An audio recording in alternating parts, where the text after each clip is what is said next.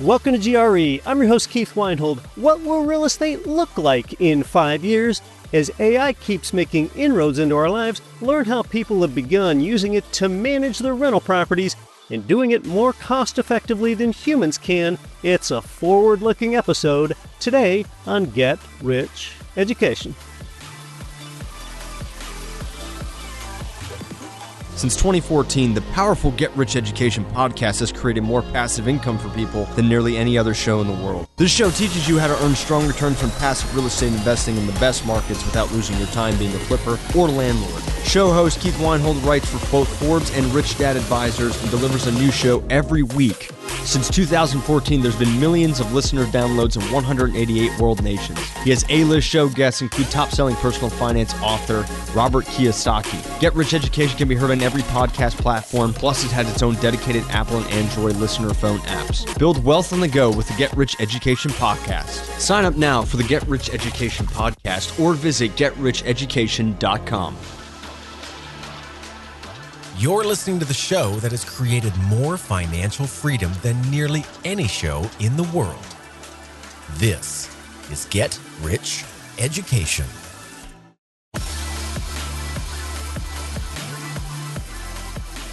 Welcome to GRE, from Long Island's Hamptons to Hampton Roads, Virginia, and across 188 nations worldwide. I'm Keith Weinhold, and you are listening to Get Rich Education. Way back in the year 2010, when someone said AI, that could only mean one thing. They were talking about Allen Iverson. Today, it means artificial intelligence. Because ChatGPT debuted 3 years ago this month, and gosh, that changed a lot. It changed how you search for answers to everyday questions. We'll get into applying AI to real estate and property management shortly. But more broadly, look, here's what's interesting. The very premise of a chatbot, like just hearing that word, it sounds really cold and impersonal. Yet think about it. Google was way less personal. When you'd Google something a decade ago, say, list the 3 best paints for drywall, you'd get a list of links, and then you had to dig in and synthesize things and often interpolate to find your answer, or maybe you wouldn't even get the right answer. Instead, today, a chatbot on ChatGPT or Gemini gives you the answer in nice, friendly sentences. Maybe they'll list some acrylic and latex paint varieties, and then after the answer, they come back and ask you a good follow-up question if you'd like to dig in for a deeper answer. They'll bring up something that you hadn't considered before, perhaps. Like, it'll turn around and ask you if you want them to refine their answer to just the best latexes and acrylics specifically for rentals. And then it will ask, would you like me to do that for you? And when you see that, you quickly feel like it's more friendly than that old list of links from a Google search. Yeah, that's a friendly chatbot, and you can start to see what I mean here. It's not so cold and impersonal. Understand that these platforms ask you a friendly follow-up question because they want to keep you on that platform just like anywhere else does.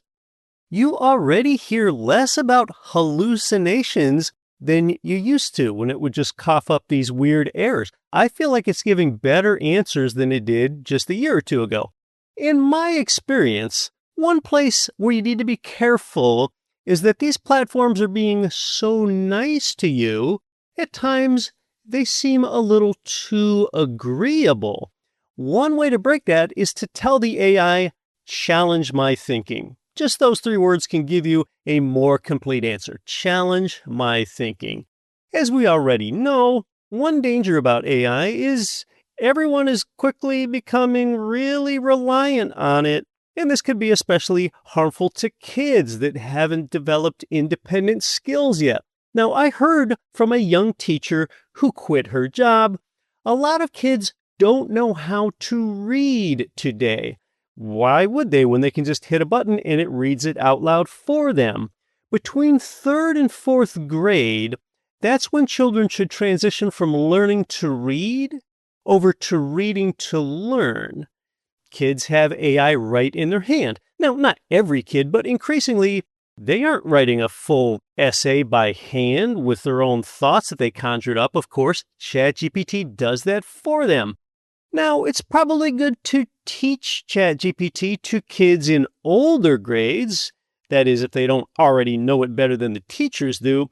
But you've increasingly got teens and young adults that say don't know how to write a cover letter for a resume because it's done for them. Now, much of what I've been talking about so far is called generative AI, and all that means is that it creates new content in response to your prompt. Today, we'll also talk about agentic AI in real estate. That is spelled like agent and with IC at the end. How agentic AI is different from the ChatGPT or Gemini prompts that I was talking about is that it acts on its own to perform a series of actions to reach a goal. So agentic AI gets kind of autonomous. Before we bring in a great guest to talk more about AI and property management, if you're looking for another episode on how to use AI more broadly in your life and broadly in real estate, check out episode 543 of the Get Rich Education podcast. That was a great episode from back in March. Again, that was episode 543, titled How to Use AI for Real Estate. Now let's pull back and humanize things a little before we talk about bots. I just caught myself doing something kind of funny. Now, the other day, I used the hand ergometer at the gym. If you don't know what that is, while you're oftentimes standing up, you basically use your hands to crank this device's pedals in much the same way that bicycle pedals move. It exercises your biceps, triceps, forearm muscles. I have never seen anyone use this device at the gym before, not one person, but I wanted to try it.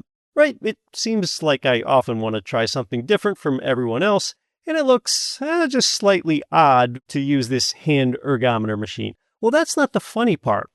The next day, I was throwing a football around with a friend, and I couldn't figure out why throwing a spiral was so difficult for me and why my throwing accuracy was dreadful.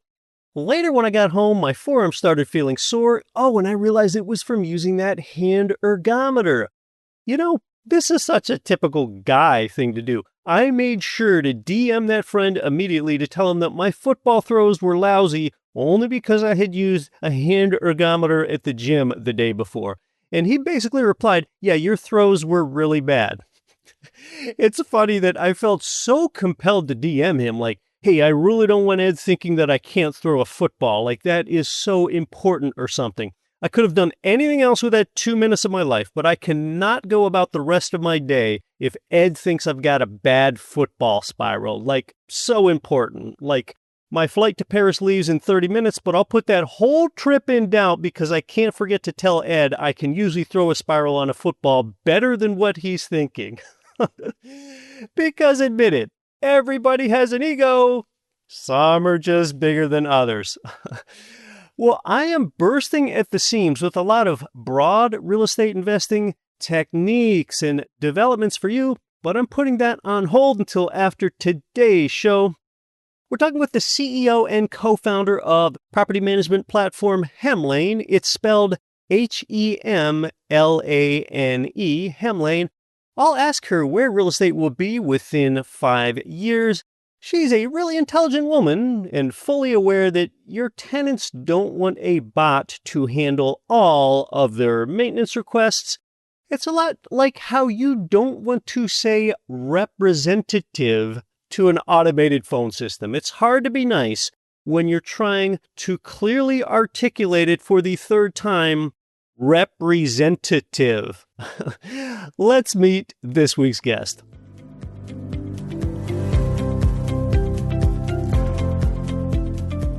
This week's guest is the CEO and co-founder of Hemlane. They're a property management platform with over 28,000 rentals and $1 billion in payments processed, just like we have been since day one here at GRE. She is a strong advocate of purchasing properties anywhere. So that's often going to be outside your home state because if best investments typically aren't right in your backyard, and why would you limit yourself? She supports real estate investors in setting up the most intelligent process to manage rentals from a distance in case you want to self-manage and do that. She's been named one of the top 20 women leaders and influencers in real estate tech. She has a distinguished resume, previously working at Apple, and she received her MBA from Harvard Business School. She's an interesting person, too. In her free time, she's an avid equestrian, paraglider, and skier. So, like me, she sort of has this substantial life outside of real estate, too. Come on, you need to do that for your sanity. Well, we've been talking for almost a year now, but this is your first time on the show. Hey, welcome. It is the GRE debut of Dana Dunford. Thanks so much, Keith, for having me. I'm so excited to be on your show and have been following it for a long time. So huge fan. Appreciate that. Dunford is spelled Dunford for listeners in the audio only. And this is a rather forward-looking episode, streamlining how to use AI in real estate and as a property management solution, putting that in your hands so that you could do that yourself. And before we're done, Dana's going to tell us what real estate investing will look like in 5 years and if it's a good time to invest now. But first, Dana, I know you're an expert in having autonomous agents handle the tenant relations, things like communication and repair orders to a unit and rent collection. But I think a lot of people aren't really sure what an autonomous agent is. They're like, is that somewhere between an autonomous car and a Roomba or something? So what is an autonomous agent? Yeah.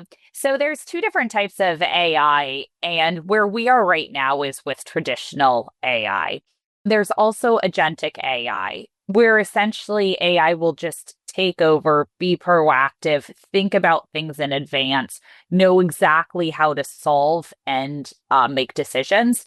But Keith, to your point, very many out there hear AI. It's very much of a buzzword. And so I love some sort of parallels, just like you had mentioned with like the robot vacuum. Yeah. I think a really good parallel would be self-driving cars, because that's something that's applicable. We can all relate to.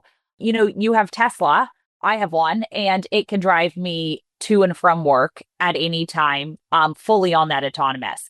But there will be occasionally times in San Francisco where it will require me to take over the wheel because it's too foggy. There's something that goes on that's too complex of a situation. That is where I would say AI is today. That traditional where it's like it can follow exactly a process, but if the process messes up, like there's something in its way, it can't make a decision, it beeps at you and says, take over.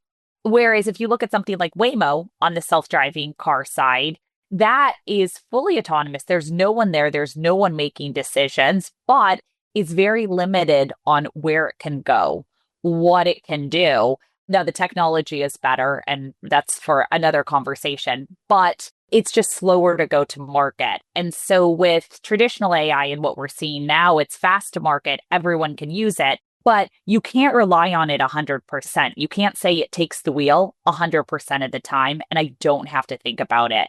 And so that is where we are. I think a lot of experts in the space will say 2030 is when we will see this agentic AI, we'll see it completely take over, but we're just not there today. All right, we're talking about the transition from traditional AI, which is in place today, to agentic AI, perhaps the advent or popularity of that in 5 years.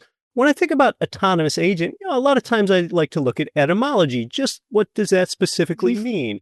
So we're talking about for another AI or a bot, if you will, to have autonomy over decision making. And when we think about autonomous agency with property management, how can we think of that application?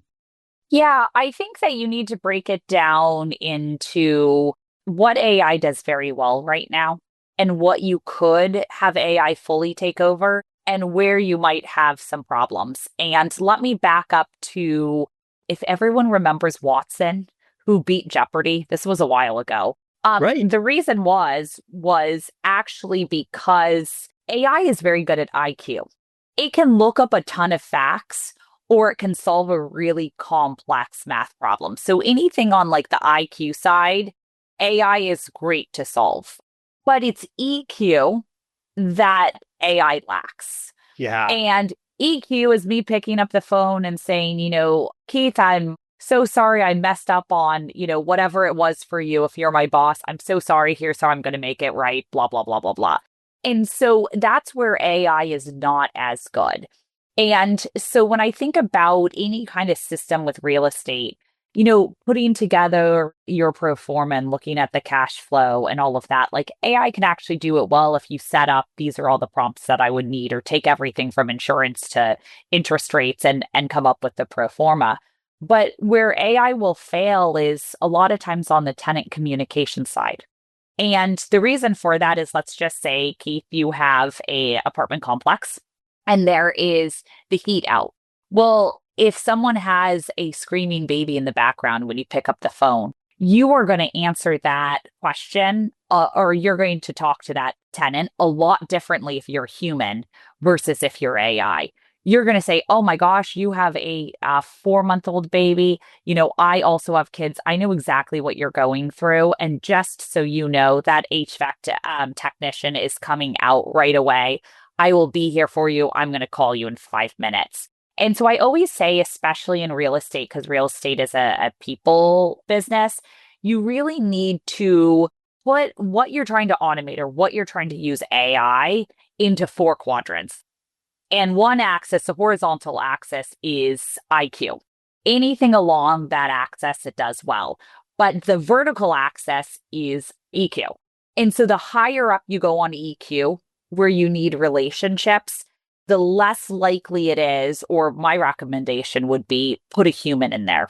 And so when we think about AI, it's like if you're calling someone to confirm an appointment and remind them that like an electrician is going to be there in an hour, you don't really need a human to do that. That's something that AI can do, and someone's going to have a delightful experience. Right. But if it's something that requires that EQ, that's where you're still going to have humans there. One thing that I often think about is some years ago, popular email providers like Gmail, when someone would send you an email message asking you a question, Gmail basically started reading that email for you and giving you 3 little bubbles to click on the bottom, basically where you can click a yes answer, Yes. no answer, or a follow-up for more information. Does that help give some relativity to what we're talking about here in property management and those tenant relations? Yeah, I mean, I think that the Gmail with like yes, no, or no, thank you, or you get it also in LinkedIn, that almost Right. has 0 EQ because it's really just answering a question. It's not saying, Keith, I hope you had a wonderful weekend, on your run, blah, blah, blah, blah, blah. It's not doing any of that. And so I think that is very much of a case of like, it's responding exactly to the email.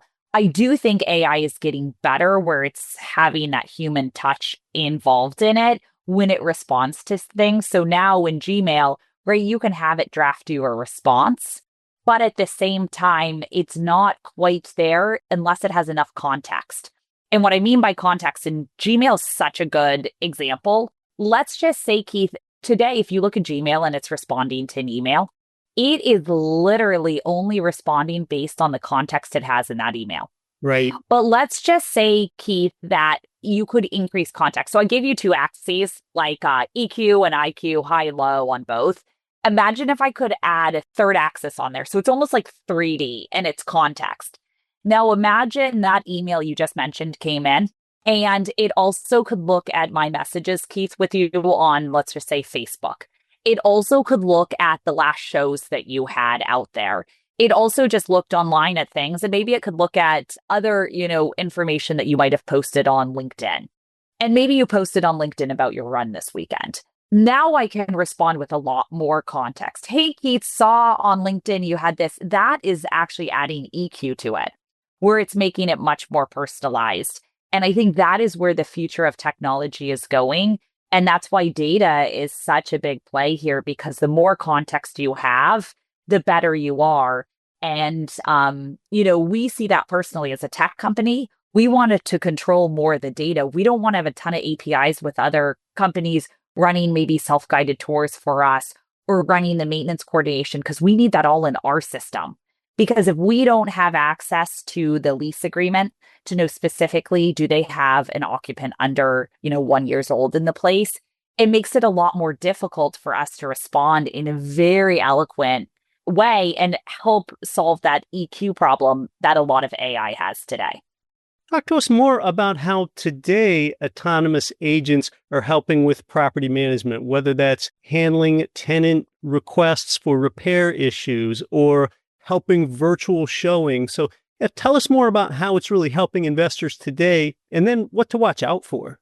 Yeah, definitely. So the autonomous agents, or at least the AI agents that we have, will always draft things up. Well, we use them for some of the best places to use them are things like troubleshooting repair requests. Okay.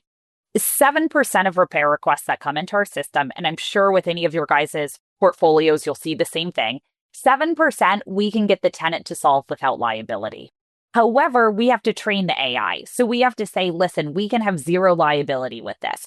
So if the ceiling is over 10 feet tall, do not put a tenant on a ladder and tell them to change a light bulb. You need to know exactly, when a tenant says my light bulb's out and it checks, oh, they moved in a year ago, that's their responsibility. You are not going to put them on a ladder unless you have more of that context. And so on the troubleshooting side, that is a great way where AI can respond and fully come up with, here's a summary of everything we've done. And here, this request was either closed or actually we need to pass this over to a human. That is a great way to use AI. You just need to make sure the data you're using is right and it's trained in the right way. Because if you don't have all of those additional specific, intricate type of examples that I mentioned for residential property management, you can get in a lot of trouble. This same for an autonomous agent would be on the leasing side. It's very easy to do it early on when you get the tenant inquiries coming in, because now what you're trying to do is just qualify them. Is this person qualified for a tour? And if they are, what time do they want to see the property, right? And how do I get them in as quickly as possible? With that, though, you have to train it. So, for example, I live in California. I live in San Francisco. You can't just say the credit score requirement is 650. Because if the person is on Section 8, which you are required to accept in California, you have to give an alternative to credit in order to let them qualify. And so that's where these models to get these autonomous AI agents, it becomes really important to be a subject matter expert in the space and be able to run this and have it train and know exactly what it should be saying in those cases. Now, Keith, I always say, kind of as a rule of thumb, the farther down you get on something, the more challenging it is for it to be fully autonomous. And that's where you need a human involved. So, for example, for us, once you're talking to a service professional and communicating between them and a tenant, you very much need a human to be there to help with that. And same thing on the leasing side. There is no way, actually, if you know anyone, Keith, I would love to talk to them, but there is no way a tenant is going to go ahead and talk to an AI agent all the way to signing a lease and handing over the keys, especially if you're doing something like self-guided tours. They're going to want someone on the phone talking to them. Hey, I'm here for you. Again, that EQ, those quadrants I mentioned, really bringing that into play. So I found a lot of things with property management at the beginning. You can use AI, but there's a certain point where you get to something where you say, I actually need a human to be calling or messaging because you need that additional touch. That makes sense. This is not buying a weed eater. This is actually a rather intimate transaction. We're talking about where you and your family are going to live and thrive and eat and sleep every day. We're talking with Hemlane CEO and co-founder Dana Dunford about applying AI in real estate and property management. More when we come back with Dana. I'm your host, Keith Weinhold. Most people think they're playing it safe with their liquid money, but they're actually losing. Savings accounts and bonds don't keep up when true inflation eats 6 or 7% of your wealth every single year. I invest my liquidity with FFI, Freedom Family Investments, in their flagship program. Why? Fixed 10 to 12% returns have been predictable and paid quarterly. There's real-world security backed by needs-based real estate like affordable housing, senior living, and healthcare. Ask about the Freedom Flagship Program when you speak to a Freedom Coach there. And that's just one part of their family of products. They've got workshops, webinars, and seminars designed to educate you before you invest. Start with as little as $25K and finally get your money working as hard as you do. Get started at freedomfamilyinvestments.com/GRE or send a text now. It's 1-937-795-8989. Yep, text their Freedom Coach directly. Again, 1-937-795-8989. The same place where I get my own mortgage loans is where you can get yours, Ridge Lending Group, NMLS 42056. They provided our listeners with more loans than anyone because they specialize in income properties. They help you build a long-term plan for growing your real estate empire with leverage. Start your pre-qual and even chat with President Chaley Ridge personally. While it's on your mind, start at ridgelendinggroup.com. That's ridgelendinggroup.com. This is the king of commercial real estate, Dolph DeRoos. Listen to Get Rich Education with Keith Weinhold and don't quit your daydream.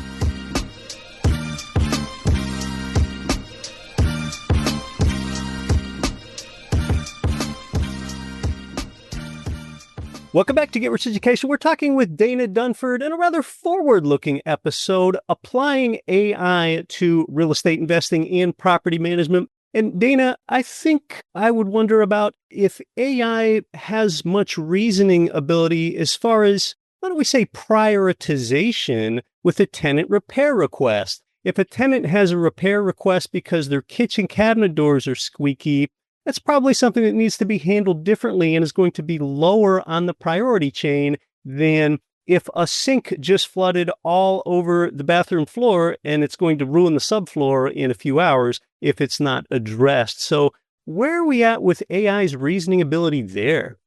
It's actually pretty good at prioritization. So it can tell our team where things are from a priority list. However, where we found that we've had to train it more, and this is us putting logic into it from a large language model, is it hasn't picked up certain things. And let me give you an example, Keith. My toilet's not working, right? Okay, well, the biggest question to ask is how many toilets do you have in the house? How many are in the property? Because if there is one, that is definitely an emergency. If there are two, not so much of an emergency. And so that's where there's additional context that comes in. Go search under the marketing description, how many toilets are in this house, right? And then confirm with the tenant the other one is still functioning. And so there's certain things like that that we've found we've had to personally train to get it to respond in the right way. But overall, like generally, it's pretty good at helping to de-escalate things, turning off valves, saying, hey, mop up. You would be surprised how many tenants don't just like mop up the water on the floor. They're like, oh, I wanted to keep it so you could see what it looked like. It's like, no. You need to mop it up. And by the way, we need fans in there.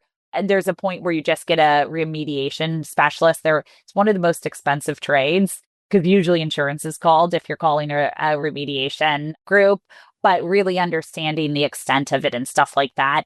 AI is actually pretty good at that. And the reason why is that is an IQ thing where it's something easily searchable on the internet that is applicable to all homes, right? And so it's much easier for them to be able to do the prioritization of repairs.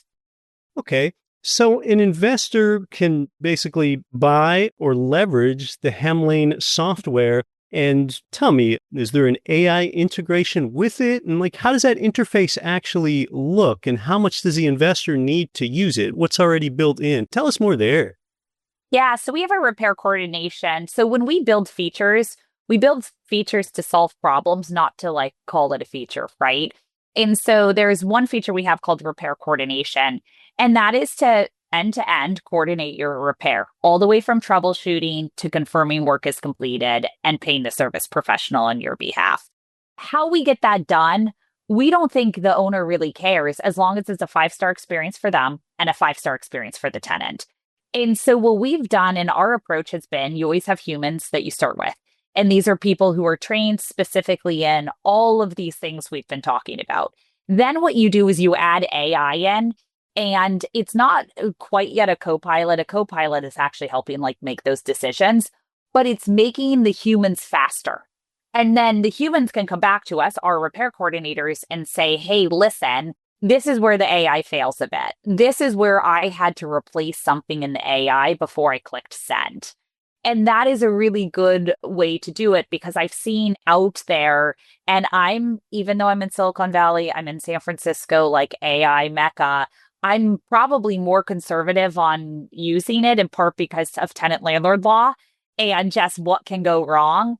And so for me personally, it's like I see sometimes out there where people's like, use our AI repair coordinator and it's fully AI. And it's like, yeah, but we've seen cases where the AI fails, just like I mentioned, where my car asks me to take over the wheel. And that's where I think that we're just not quite there yet. And we need to give it more time. You need to make sure you're using the right technology for it. But that's where I feel like it's almost more like an assistant to me versus an actual replacement or a co-pilot yet, but it will soon get there. Well, a lot of times the producer, or I guess landlord in this case, they want to use AI, but consumers don't really want to consume AI content. Yeah. I mean, you can imagine if a tenant had a problem, they don't want to feel like an AI was used all the way through the process and Totally. was never involved. So tell us more about that. I mean, how do the tenants take it? Keith, I love that question so much because one, I think sometimes technology companies are not transparent of what is AI and what is not AI. Yeah, I think the first thing you need to do is be transparent that it's AI talking to you. If you don't do that, you've suddenly lost trust, right? Sometimes they'll right. brand it as a person, but it's really not. So that's the first thing I would say. The second thing I would say is if the AI solves what they need, we have found in a very delightful way, we have found that they don't care if it's AI. If they're chatting and it's so fast and it answers their question, then they don't care that it's AI doing it or a human. They just care about what is my problem and how do I get that solved, right? As quickly as possible. I think if AI was slow, they would care. Like they're like, oh, it's a slow support agent because they're too cheap to like invest in support. But no, they actually get their questions resolved. We have occasionally had tenants who have said, hey, this didn't help me, connect me with an agent. And then we connect them right away with an agent. But what's interesting in those cases is the AI actually had the right answer. So it gave them exactly the answer, but the person was like, I just don't want to talk to AI. Then the question is, how do you actually change it to make them want to talk to AI? And a lot of it has to do with that EQ. How do you add it to make it such a delightful experience for them where you're adding so much more in and how you say, like, does that help answer your question? I'm happy to like say it in a different way if that is helpful. So I think a lot of times when someone says, oh, the AI answers it, but people just want to talk to a human, it's really more that the AI didn't answer it how they wanted it to be answered, or it asked too many obnoxious questions where the person's like, just let me talk to a human. You're asking me the wrong questions. This is not applicable. And that's really where you need to have a better level of where your technology should be when you're responding to someone. Just quickly, Dana, how is it integrated with dispatch? With that sink flooded all over the floor example, would the AI know to contact a plumber versus just a handyman that works at a lower rate? So how does it work with dispatching? They would, before anything is dispatched, because it's another human involved, we do have, at this moment, we still have humans involved checking it. Okay. But it would know because of a couple of things we have. One is preferred service professionals. So who do you want to go out first, second, third, fourth?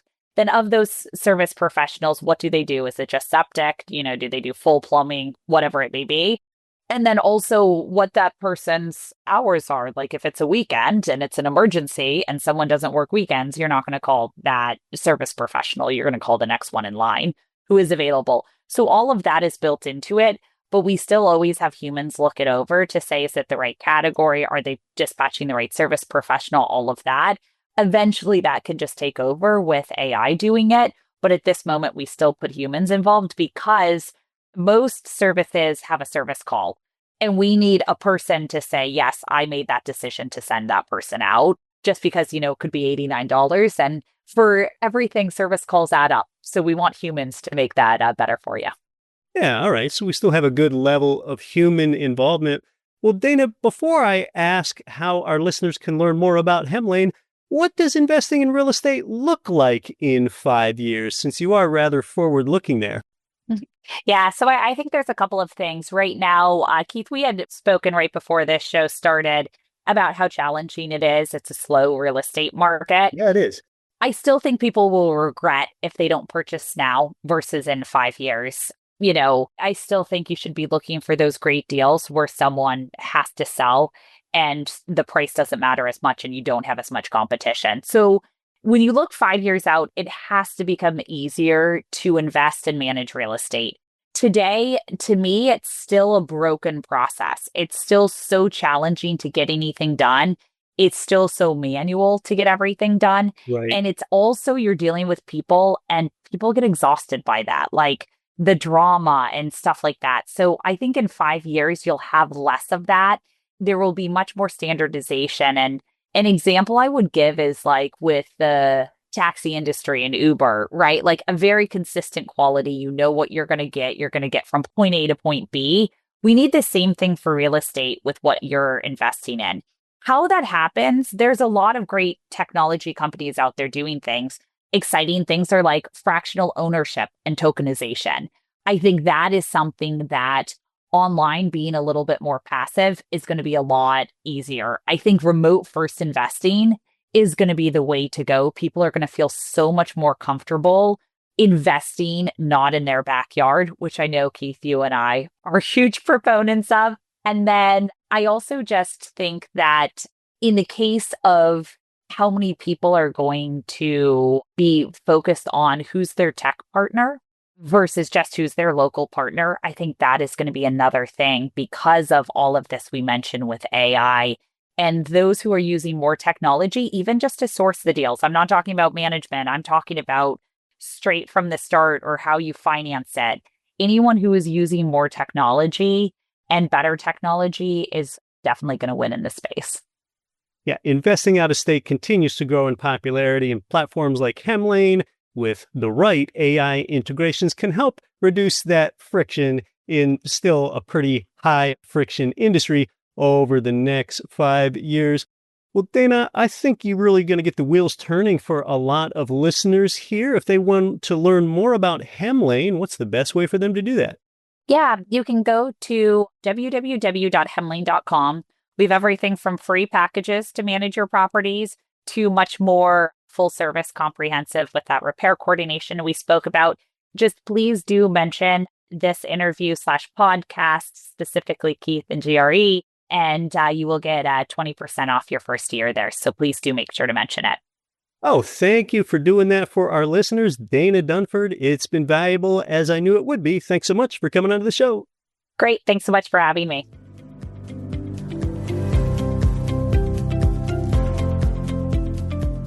How much does it cost for an investor to use Hemlane? Well, there's a free software package where you don't have to leave a credit card or anything like Dana mentioned. Their website will show you that monthly there are a few packages and fee schedules, but they all have 14-day free trials too. Now, if you use a professional manager, it's less likely that Hemlane can help you. If you self-manage, you can book a free demo right there from the top of their homepage. It's really easy to find. They can help you with tenant screening, background and credit checks, listing syndication, online rent collection, tracking rent payments, late fees, and they've got dashboards for lease and tenant status. Also, everything to do with streamlining maintenance requests, work orders, and some of the logistics of your repair coordination. Hemlane, Hemlane.com. You might like the demo. You can mention GRE for 20% off your first year. That is kind of Dana to do that for us. Until next week, when I'll be back to help you build your wealth, I'm your host, Keith Weinhold. Don't quit your daydream. Nothing on this show should be considered specific, personal, or professional advice. Please consult an appropriate tax, legal, real estate, financial, or business professional for individualized advice. Opinions of guests are their own. Information is not guaranteed. All investment strategies have the potential for profit or loss. The host is operating on behalf of Get Rich Education, LLC exclusively.